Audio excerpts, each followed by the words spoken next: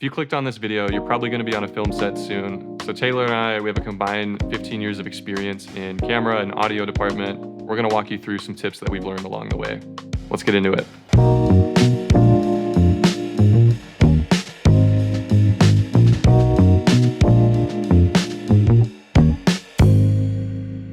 So the secret that could change your life is. Yeah.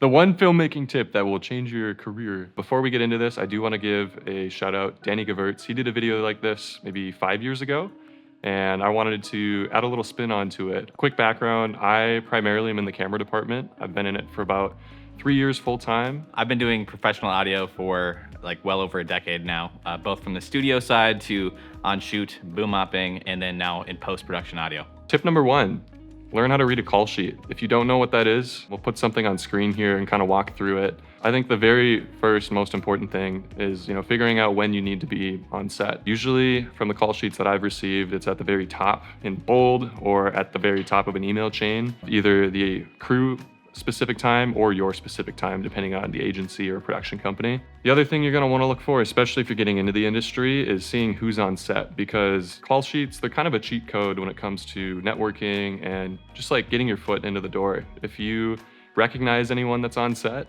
that will help you along the way. A call sheet has the who, the what, the why, the how, and the what. Did you say what? What? What? So who's gonna be there, who you wanna add to your phone for contacts in case, especially if you're PAing, like if you get a phone call from say the director or someone else, if they need you for something, you're not just getting like a random phone number and not answering. The what, what you're shooting, if there's anything like a shot list or a production schedule, you can kind of get an idea within your role, how you can help out with that. Where is also very, very vital. If I had a pro tip, if you're into Google Calendar, or if you're not into it, get into it. Having the location within your Google Calendar as like an item, it's gonna make things a lot easier when you step on the set. Because you can just like get into your car. Instead of having to manually type the address in, you've already got it preset, ready to go. I've had instances where maybe I'm running a bit behind, and because I had that in place, it allowed me to get to set faster, which is a whole other thing I'll get into later into this video about being timely. The why could be hit or miss. Sometimes you're just hopping on set and all you see is a list of contacts and, setup, tear down, things that are happening in between. I've been on shoots where sometimes we'll even hop on a pre-production call and just walk through like, hey, here's what we're gonna be shooting, here's what your role is gonna be in the process and what would be helpful, stuff that you wanna bring. That's another thing. It depends on the shoot, but sometimes for my own shoots, if I'm renting equipment from other people, I'll have in the call sheet itself like, hey, this person, you need to have these pieces of equipment, please make sure you bring them. Or just mentioning it over email or like a reminder text, that kind of thing. Another thing with most shoots, sometimes they'll even mention like what attire in the call sheet to wear. But when in doubt, just wear all black. I'm in camo pants today, so wouldn't recommend that, especially if it's a corporate shoot. But when in doubt, Taylor's got a good kind of thing going on here of what you want to wear. Yeah, some clients, they want you to dress in like business casual, which can not be the greatest sometimes. Yeah. But yeah, some clients really care, some don't. Yeah. Yeah. And if it's your first time working with someone, I'd say it's like a good thing to just like ask. Like if you don't know, never hurts to ask. That's like another one of the tips on this video. If you're on time, you're late. I would highly recommend, for a million reasons, like if your call time say is 7 a.m., bare minimum, I think you should be getting there at like 6:45, because you never know what traffic's gonna do. Two, like you might just be running late. And so because you're anticipating, 15 minutes of buffer time, if you do end up running into traffic issues or you're just like not able to get out the door on time, you have that little bit of latency to make sure that you are on time. And not to mention, I feel like half the time, I'm saying time a lot. I feel like half the time when you're on set, like part of the battle, even if it's in the call sheet, let me know if you agree with this, but I think getting to set is one thing, but then figuring out parking, that sometimes can cost, 5 to 10 minutes of time. Yeah. So if you're on set, for 15 minutes before your call time, you have that buffer again. Yeah, and if you're hauling gear, it's like you need to also factor in parking, load in time, because it might be a couple elevator rides, it might just be walking in the door. Yeah, and it might be, you end up helping somebody else load in too. The next tip would be, especially if you're gonna be PAing, bring a variety of pens, pencils, Sharpies, even Expo markers if you got them. I can't tell you how many times where I've been able to be just like the clutch PA that, your sound guy or whoever it is, like, hey, anyone have like a pen or a pencil?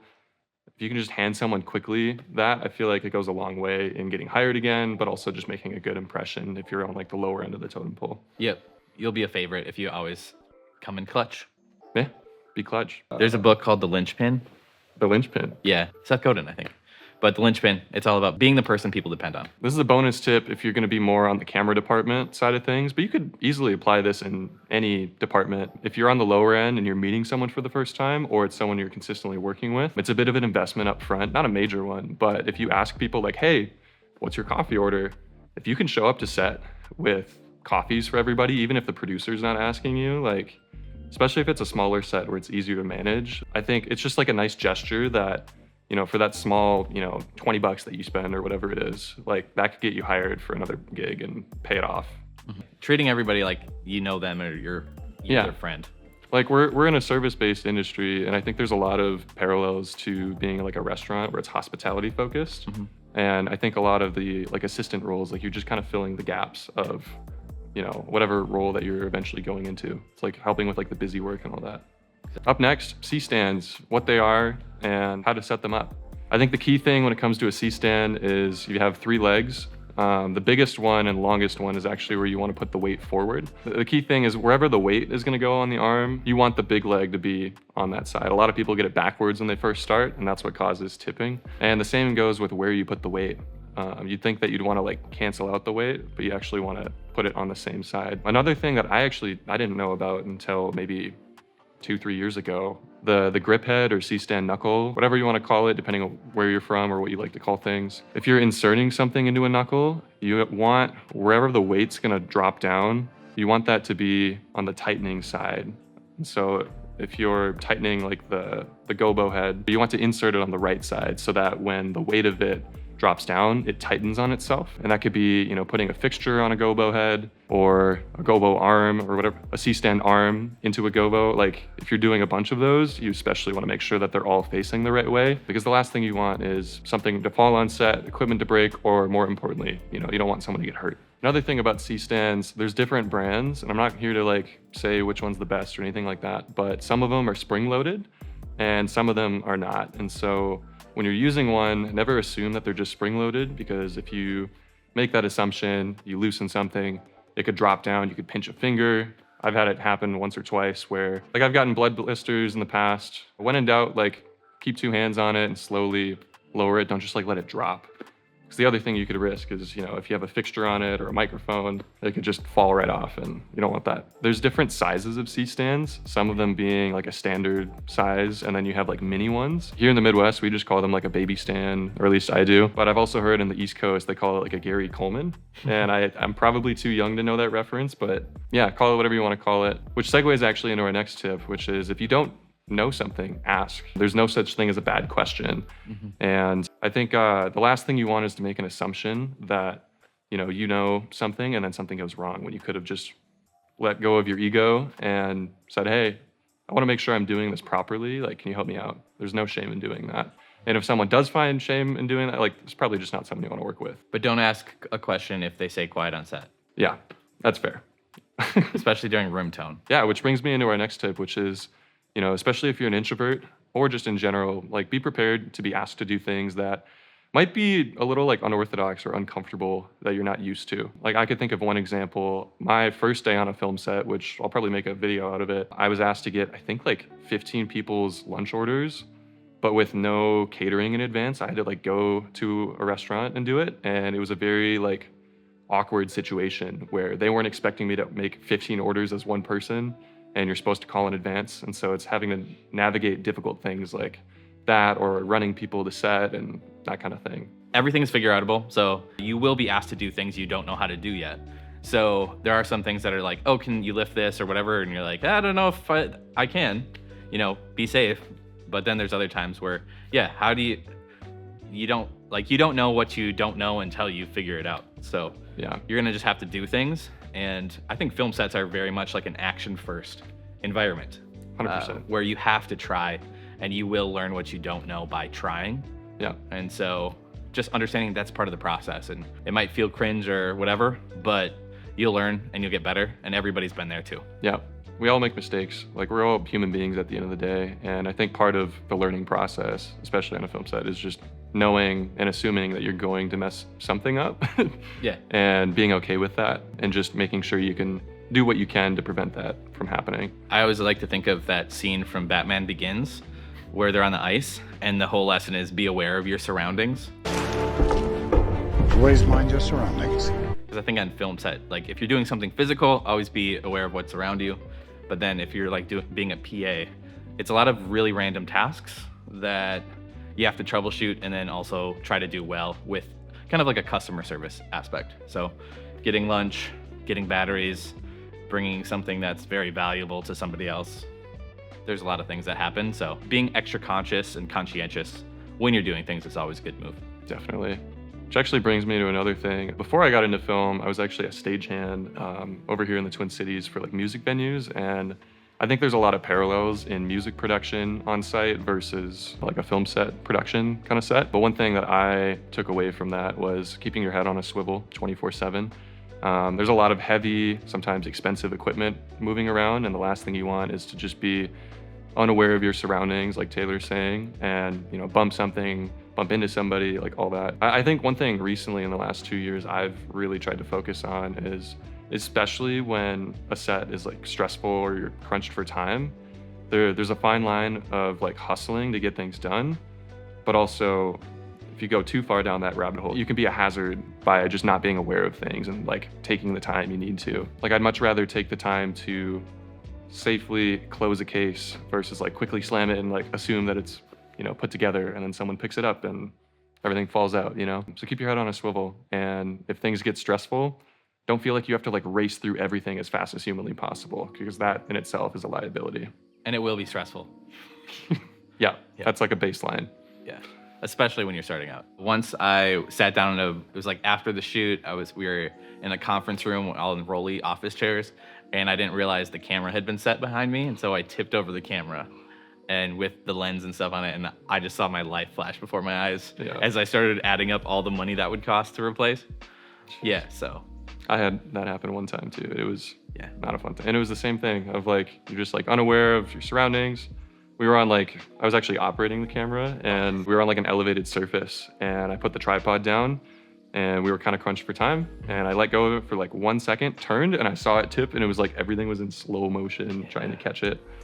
But yeah, shit happens, and sometimes you gotta kind of roll with the punches like that, and it's not fun. But knowing that that's temporary, if something like that, hopefully that never happens to you, but if things go down in that route, it's not the end of the world. Like, it can impact things, but it's not gonna terminate your career entirely. Yeah, most things are insured. Yep, for that reason. Yeah. We're gonna walk through some terminology that you might hear on set, and if not, just be good to be aware of. First off, 10-1, what does that mean? I gotta take a pee. What about 10-2? We know what number 2 is. Do you ever like hear anyone say 10-2? Oh yeah, when you get comfortable with the crew and everybody has radios, you just start joking around, and so you hear 10-2, and then you hear 10-3 every once in a while, which usually means they'll be gone a little bit extra longer. Yeah, wait, is that like throwing up or like?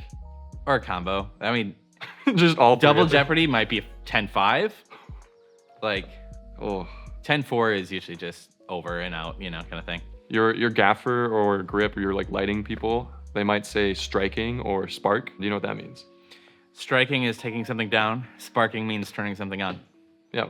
I've also heard recently, like, depending on the set, some people will just out loud say striking as if they're striking the light. It really just depends. But if you hear any of those words, or if you just randomly hear someone on lighting say like something, be prepared for a bright light to be flashed. And I always tell people, like, just look at the ground, or like if you want to shade your eyes, especially if it's like bigger fixtures that you're around. Yeah. When in doubt, just don't look into the light, you know? And when somebody's saying striking, it usually means like, watch out, something's probably going to be moving or falling or something like that. Yeah. Hopefully not falling, but. Another thing, like just some basics, if you haven't heard them, of like different, not types of light, but kind of. You have your key light, which might even be in frame here. That's your main light that's covering most of whatever you're filming.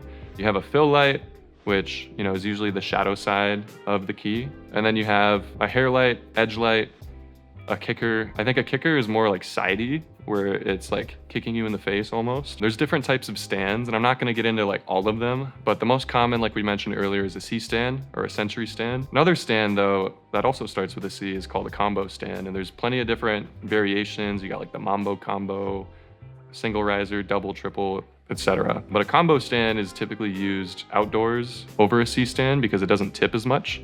So if you have like a heavier lighting setup, even if you're indoors, you might swap to a combo, or if you're trying to rig, like a menace arm or anything like crazy, there's different stands for different jobs. And that's usually going to come down to, the gaffer and the grip, like they'll be making those decisions, but just something to be aware of. Like if you hear someone say, hey, can you grab a combo out of the, the grip truck or anything like that?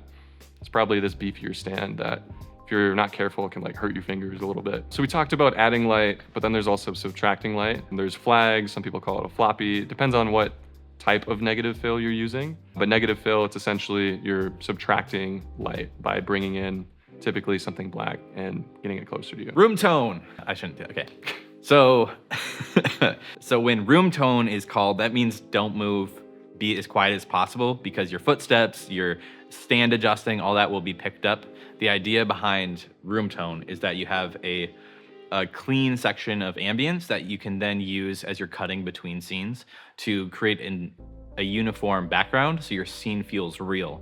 So literally all those bumps and jostles and whispers, those will get in the way of the end product. And so you're gonna ruin the film. One thing to add with that too, because I'm the type of person where if I'm in like complete silence and I have to like sit with my thoughts and also be around people, if I make eye contact with anyone, it's over. Like I will bust out laughing. So like I always like try to dissociate and like pick a spot in the room and just stare at it. Because again, you don't want to waste the sound guy's time or the rest of the production by just like making a noise and have to restart that whole thing over.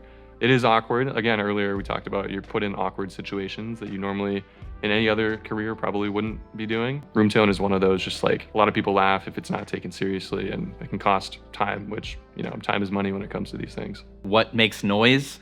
Like ASMR is a really good example where everything makes noise if you're listening close enough. And because we're trying to record everything as high quality as possible, then everything makes noise. So literally just shifting on a wood floor, especially if you're in like an old cool warehouse space or an old house that has really great aesthetics, you're gonna have squeaky floors. And so literally just shifting your weight can be a problem. Also something that's not easily removed with noise reduction these days, even with some AI tools, because it has a squeak, which can sound like a voice in some scenarios. So it is extra problematic to create squeaks. But when somebody yells quiet on set, yeah, it's really important, and it's trying to keep the whole thing moving. So by ignoring that or not paying attention and hearing that, it's kind of being dumb to everybody else. The other thing about room tone is that every location has a bunch of different noises. And actually, I have a free checklist. If you just click the link in the description or use the code WES, I'll give that to you if you find me on social media and just send me WES. I will send you my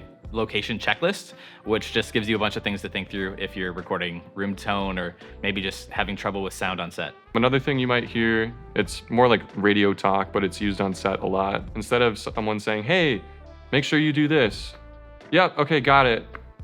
It's a lot longer to say something like that. So you might hear people say, yep, copy that, or copy. It's just to kind of shorten your communication. Because again, you only have so much time on a production, and so there's these little nuances of changing phrasing and lingo to speed up the communication process of being on set. So everybody wraps cables a little bit differently. If you get it like this, it's not great. So this is different for different types of cables. So what you want to do is when you get a cable and you have to wrap it, just go through the whole thing. Make sure there's no knots, because otherwise you'll get to the end of a 100-foot cable and realize, oh, look, it's tied. So you do this. It's tedious. My favorite way to do this when I was doing a lot of shows is just throw the cable. But then, yeah, different cables are different levels of sensitivity, so you don't want to stretch them or bend them too hard. But they all kind of have a natural coil to them. And so you kind of just want to see, and I usually spin the cable. Not everybody does this, but every cable has a natural wind to it. So you just kind of, I'm spinning it like this and making sure it's kind of sequential. And so then you get really good at it. If you send, sometimes it's not going to be completely spun, which isn't usually the biggest deal as long as it's mostly organized. But yeah, it's spinning. And so you kind of hold it loose while you spin it. Yeah, one thing And- I'll add to that too is I think, again, like Taylor said, everyone wraps their cables differently. I'm like kind of a cable Nazi in the sense of I prefer like over under for most things. Yeah, But I've also heard from some sound people they prefer over. Like I think there's no right or wrong. It really just depends on, if it's not your equipment, just ask again. Like, hey, like, do you prefer like over under or over, or does it not matter? I've found over under for audio cables like an XLR or a power cable. I just like prefer that. But again, if it's not your equipment, just ask like, hey, how do you like this wrapped? Over under. So what Taylor just did was over, which is where you're continuously, oops. I'm left-handed, so this is interesting. You're like twisting the cable clockwise as you're looping, but you're giving it a little bit of. See, this is where I'm like, you have to like feel the cable. You have to Yeah. hear what it's saying to you. Yeah, you got to have empathy for the cable. Yeah. But for me, like let's say this is over loop, under, so I just twisted it clockwise. Under, you're twisting it counterclockwise, like so, and then you go back into over. I think the biggest thing is just keeping it consistent though. Yeah. Because if it wraps well with how the cable's trained, you can then, typically throw it out to spread it out. Yeah. The why wrapping cables matters is because you want to extend the life of the cable, so you don't want to break the cable. And then also when you go to unwind it, it's going to be like this. Velcro is usually like the best. Sometimes people will do this with like a loose knot. If they don't care about the cable that much, but just enough to secure it.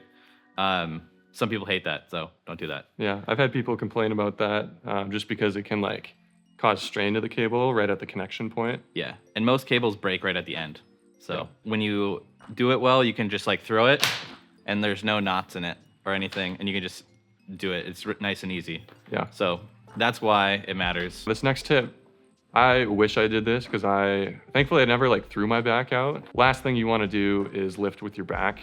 I'm big into fitness where like I try to have like a warm up even before every shoot.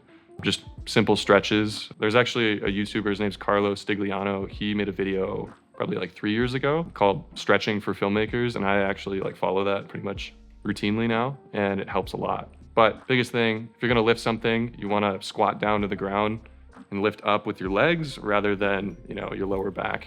Because, you might be able to do it now when you're just getting started, but if you make the habit of that in the long run is gonna cause injury and pain and just stuff that you don't want. Like right now I have kind of like a wrist forearm injury, and I was able to still like do most of the jobs that I had to do, but it caused a lot of pain. So anything you can do to prevent yourself from getting injured is just a good practice to have, especially if you're gonna be doing like a leg of shoots for multiple days at a time, but also just in general for longevity and being in this industry. If you can make it a habit to do some form of ritual or warm up for your body, it's gonna help you a lot. Another tip, especially if you're PAing, but also just in general on set, check in with your producer before you film any like behind the scenes, like phone photos or anything like that.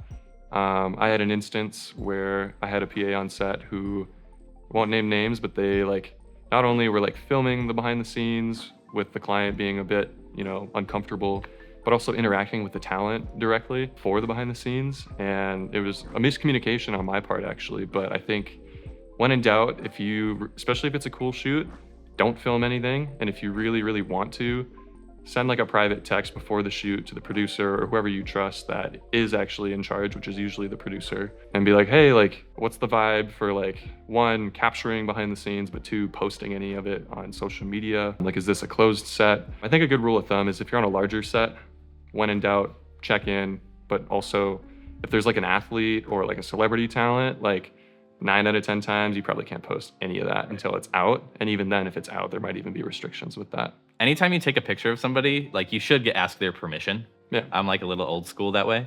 If like you can tell it's them, always ask permission. But you can still take pictures of gear and stuff. Just make sure nothing recognizable is in it. Yeah. So, if you're working with cool gear, feel free, it's usually okay to take a picture, but always still check because sometimes it's like phones are a no-go.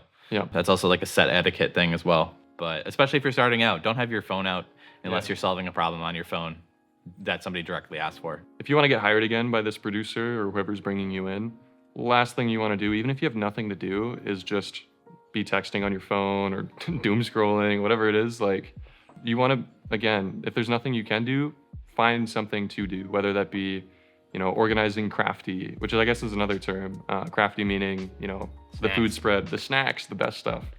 Another thing, especially if the shoot is going to be like a half day, meaning, a 5 to 6 hour shoot, depending on if you're doing a 12-hour day or a 10-hour day. A lot of times I've found half day shoots, they start around like 10, 11 a.m. and then go through lunch.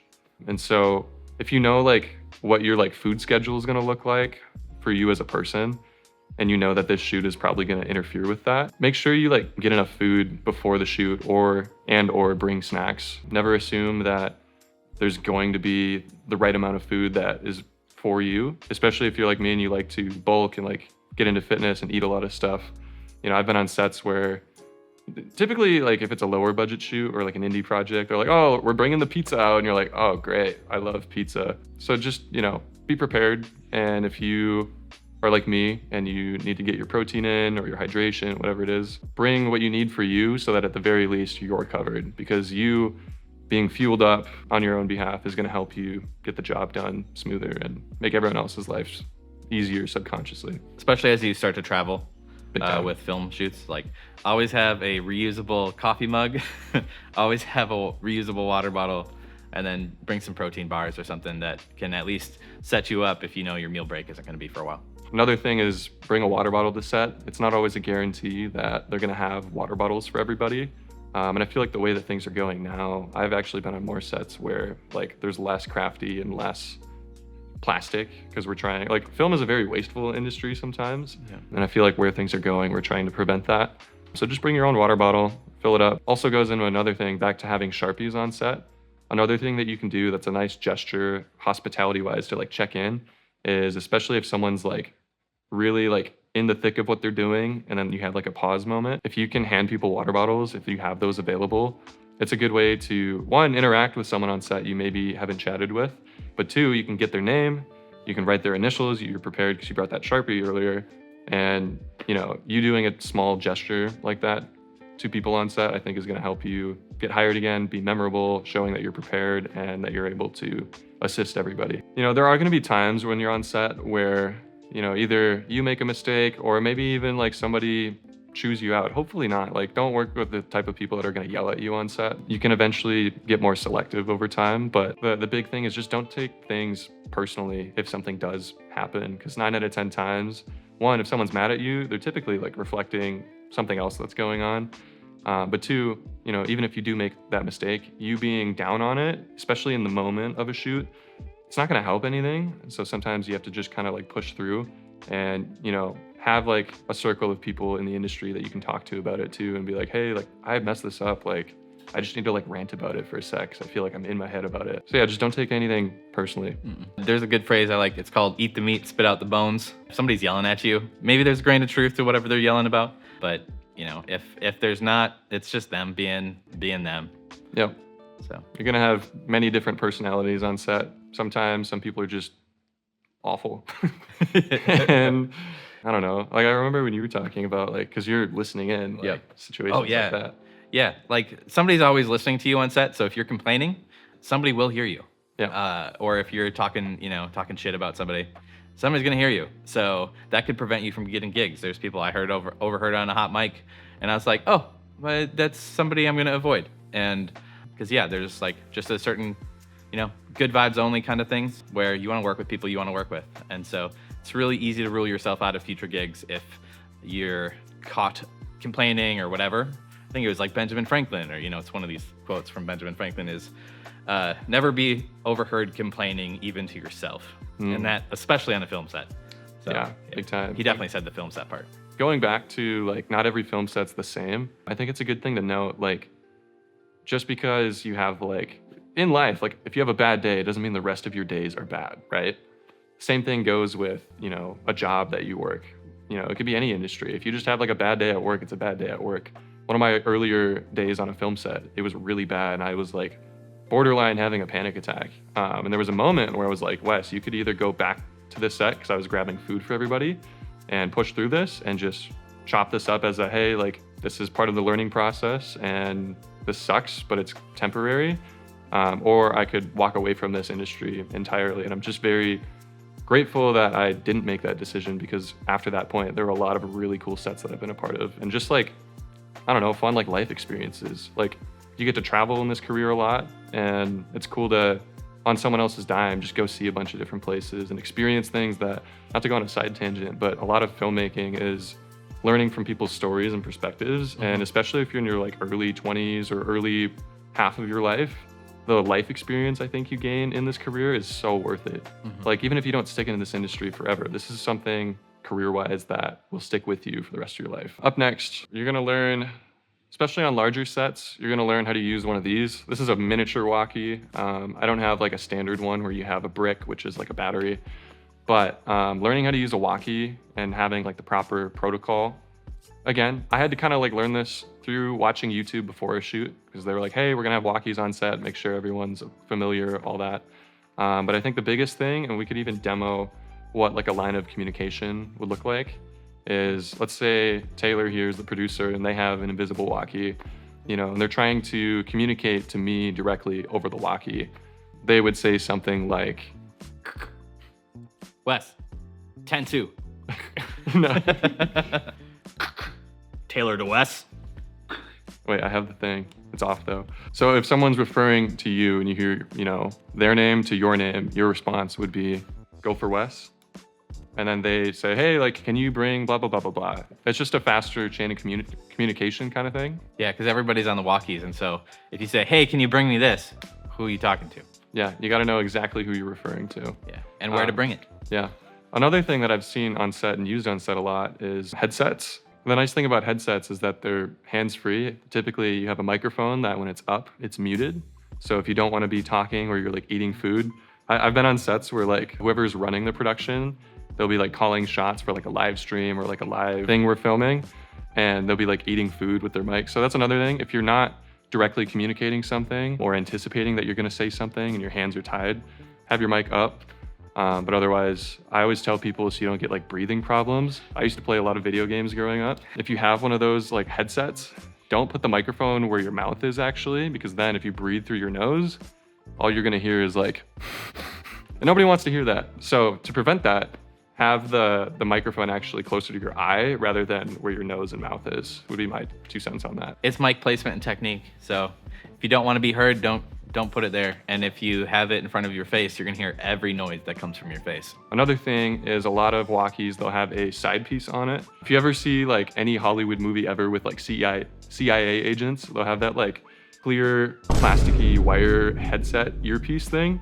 We actually use those on set. That's just another way to properly, you know, listen in, but without needing to pull out a walkie. Again, a lot of what we do, we're using our hands. So if there's anything you can do to reduce the amount of friction to communicate, the better. So I've seen most people, they'll put the earpiece in, they'll actually come with like a little clip that you can clip to your shirt. And on that clip, there's a button, which would be the side button that you'd press, and the microphone. So you can clip it, press the button, go for Wes, and then communicate that way. And then you run the rest of the cable down the back of your shirt, so it's just not in front of you, your hands don't get like tangled into it. And then you would clip this usually to like a back pocket, a belt, wherever it fits, depending on what pair of clothing you're wearing. So I just wanted to mention that too.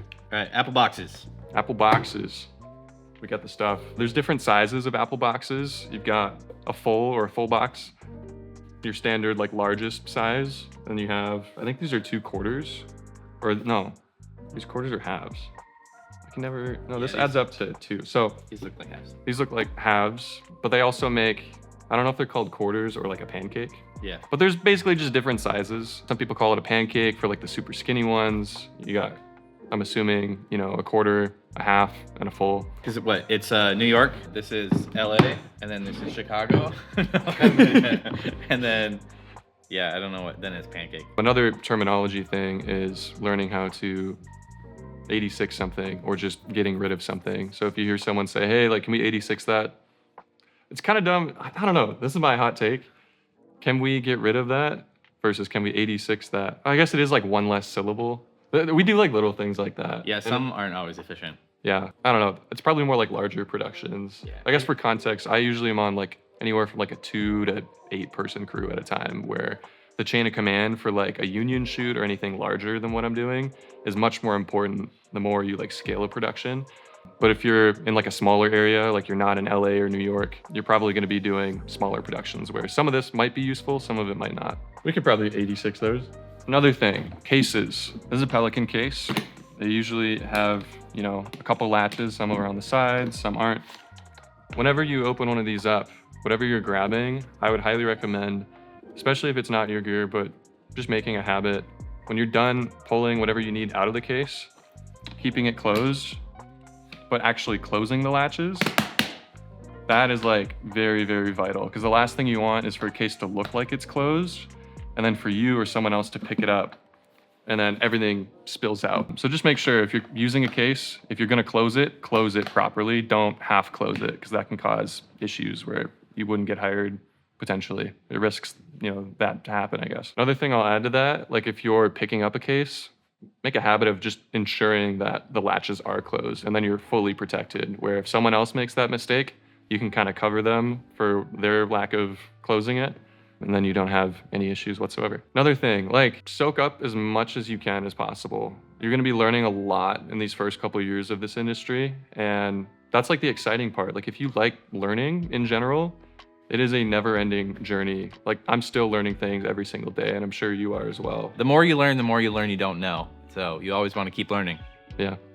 It's just a cool industry where you're gonna, again, make mistakes, but then learn from those mistakes. And eventually you don't reach a place where you're like, okay, we're good. Now everything's perfect all the time, you know?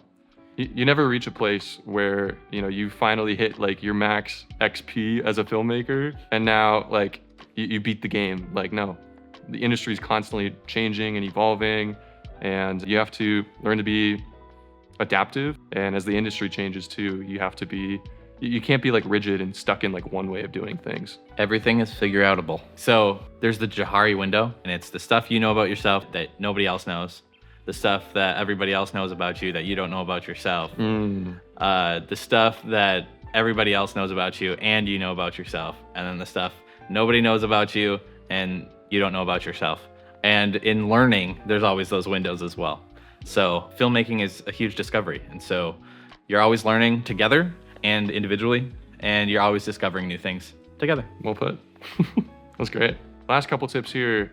Do the homework. Like if you are curious about something, or like any form of curiosity, I think is an opportunity to learn something. Or if you're going into a shoot and they're like, yeah, we're gonna be using this specific camera and you're gonna be on camera, especially if it's like your first couple days doing that, or audio wise, I'm sure the same would apply. Like if it's a new piece of equipment, do the research ahead of time so you're not learning it as you're physically using the thing. Which, sidebar too, if you're buying equipment, make sure you actually turn the equipment on, make sure it works, you know how to use it before bringing it onto a paid professional set, because you don't want to be workshopping that. Again, that costs time, and time is money. Another tip, just be enjoyable to be around, be fun. Like find that line of being professional, but also like enjoyable to be around is what I would say. Yeah, be a good hang. The commercials aren't always the most fun things to work about, but it's where you can make the most money. And so if you're having fun making something that maybe you're not into, at least you're having fun and you're making other people's day. So 100%. But then sometimes you work on the cool products and the commercials are the best. So yeah. You never know. So hopefully this video in some way, shape or fashion was helpful for you. If you have any additional tips, if you're in the industry or getting started that you'd like to add to this, let us know in the comments. Would love to know your thoughts on this. I know this was kind of a long video, and if you want like a short version of this on a piece of paper, if you go to the link in the description and give us your email, we'll send a quick little guide PDF of these are the tips that'll help you get on set and stay on set. Yeah, with all that, if you got value out of this video, feel free to hit like, subscribe to both of our channels, and we'll see you in the next one.